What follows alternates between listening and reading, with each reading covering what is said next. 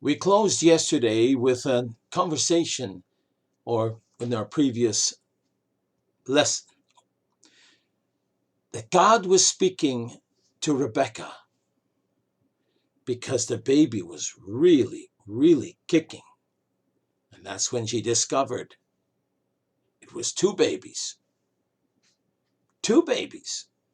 kicking and warring against each other in her tummy. So now we continue in verse 24 and continue right through to verse 28 of chapter 25. And when her days to be delivered were fulfilled, behold, there were twins in her womb. And the first came out red, all over like a hairy garment. And they called his name Esau. And after that came his brother out, and his hand took hold on Esau's heel. And his name was called Jacob, and Isaac was 60 years old, 60 years old in plain English, when she bore him. And the boys grew, and Esau was a cunning hunter, a man in the field, and Jacob was a plain man dwelling in tents. And Isaac loved Esau because he did eat of his venison, but Rebekah loved Jacob. These few verses are a little disturbing to me, and in a few minutes you'll find out why. So let's unwrap this. All right? So it's confirmed. Rebekah delivered fraternal twins. And this is the first mention of twins in the Bible. And wow, they were certainly two manner of twins, as it said previously. The first to emerge was a very flushed and red in appearance and covered in hair. Thus, he was named Esau, meaning hairy. The younger twin came out holding on to Esau's heel. It's almost as if he were thinking, "You're not getting away from me that easily. I've got you by the heel." So thus he was named Jacob. It means both heel catcher and supplanter, as we find out in Genesis 27:36, where Esau was talking to his dad. "Is not he rightly named Jacob? For he has supplanted me these 2 times." What's he talking about? We'll find out in a few days. The definition of supplant is to take the place or position of another, especially by force or treachery. We are further told that Isaac was 60 years old when Rebekah gave birth to them. So as the boys grew, their different personalities emerged and fully developed. Esau was a cunning hunter, a man of the field, and Jacob was a plain man, dwelling in tents. There was only one other hunter mentioned in the Bible, Nimrod. Do you remember him? In both cases, there is a bad connotation attached to being a cunning or mighty hunter. He was also called a man of the field. Being a field player, the general idea is that he was to be a man of wild and lawless habits. Also in Hebrew, that's what a man of the field implies.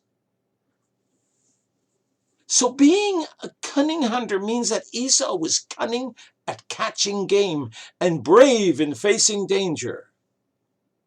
He was a typical outdoors man.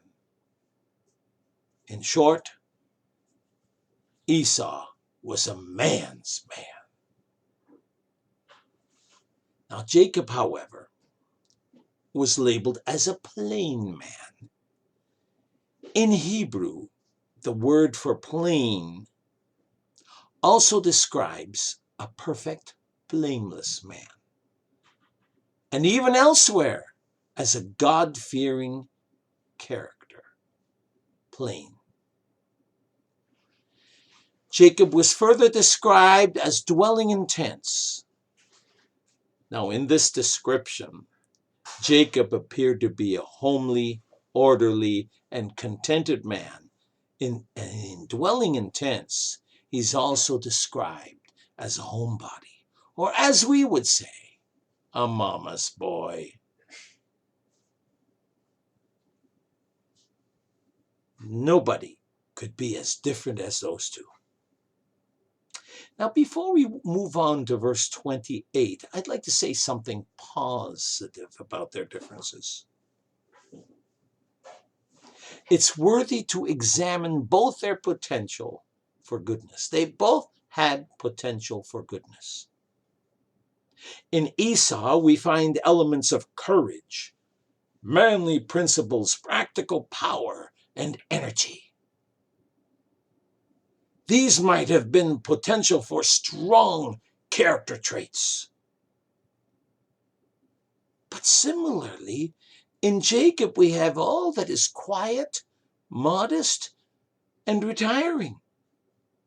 These qualities provide strong potential for a deeply spiritual life in glorifying our Lord. But in verse 28, we find discord, which so often feeds our potential towards sinfulness. It says Isaac loved Esau, but Rebekah loved Jacob. Oh, it would easily be understood that Isaac would prefer Esau because he was what Isaac was not, an adventurer and brave and manly. And because he's so powerful, he's gonna win victories so that Abraham's righteous line can live on and on. But is that really why Isaac loved Esau?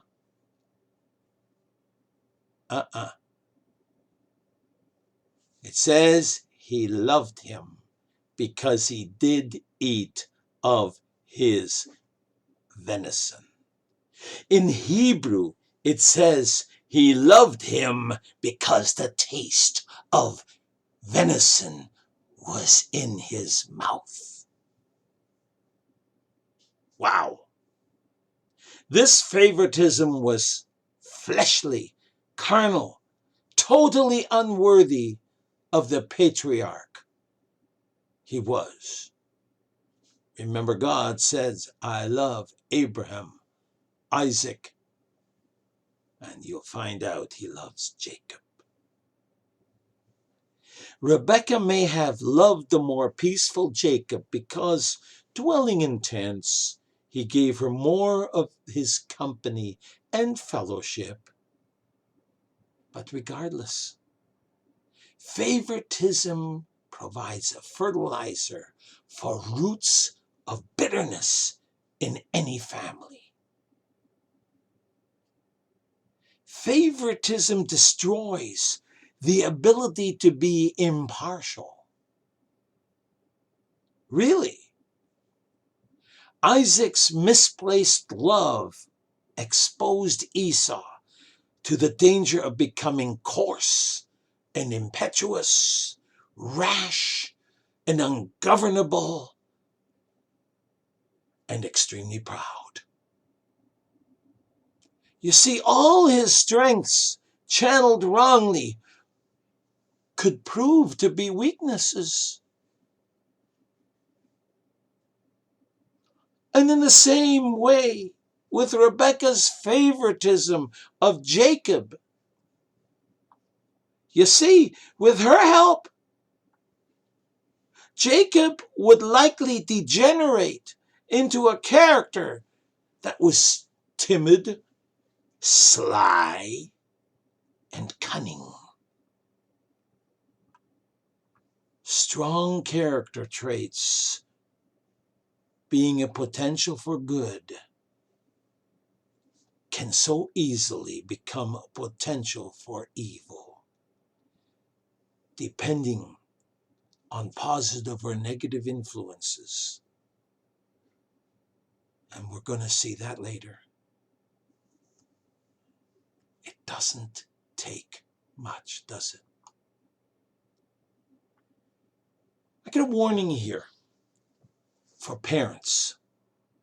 Parents who are following this right now and watching me speak about Abraham, Isaac, and his two sons. Parents, don't set one child above another, but set up Christ above all and learn to love your children in the Lord. Celebrate their differences and highlight their potential. If you have children, you need to realize your children aren't going to be all alike. And it goes without saying, children of one family should be regarded with equal love. Oh, it'll always be inevitable that at one time I don't like this child, or I don't like that child, or I don't like this child. But you need to love them all the same. Because to do otherwise invites certain disaster and a crack in your armor for Satan to slip through and try to finish you off.